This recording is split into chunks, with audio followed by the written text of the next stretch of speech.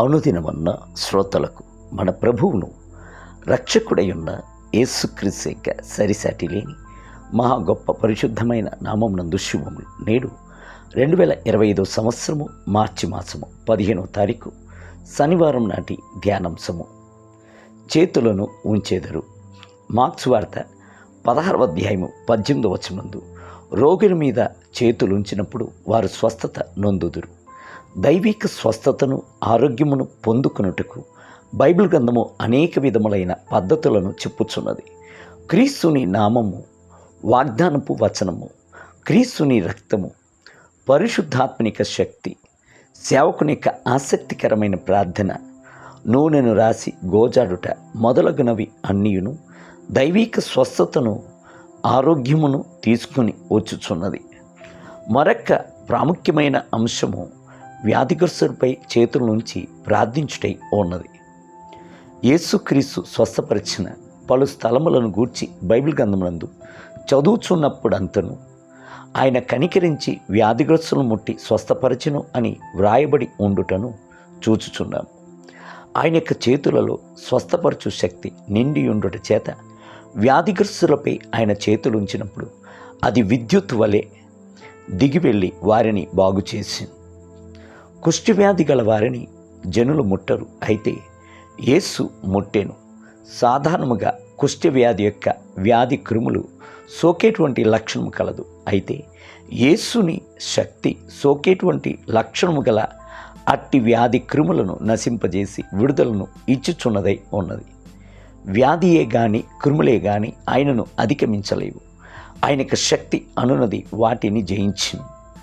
Bible గ్రంథం నందు మరికొందరు యేసును ముట్టి స్వస్థత పొందిరి, ఇంకా మరికొందరు యేసు ద్వారా తాకబడి బాగుపడిరి.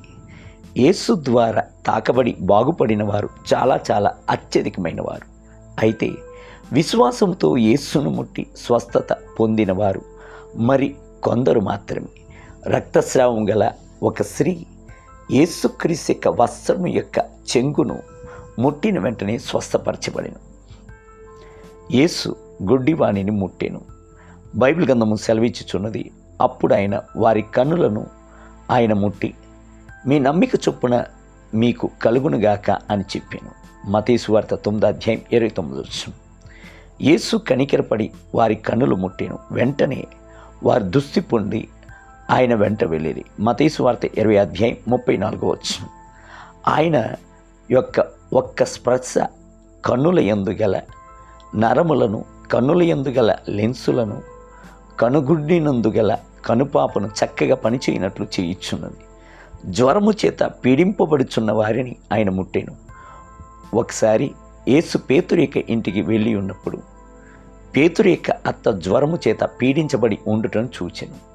ఆయన ఆమె దగ్గరకు వచ్చి చేయి పట్టి ఆమెను లేవనెత్తెను.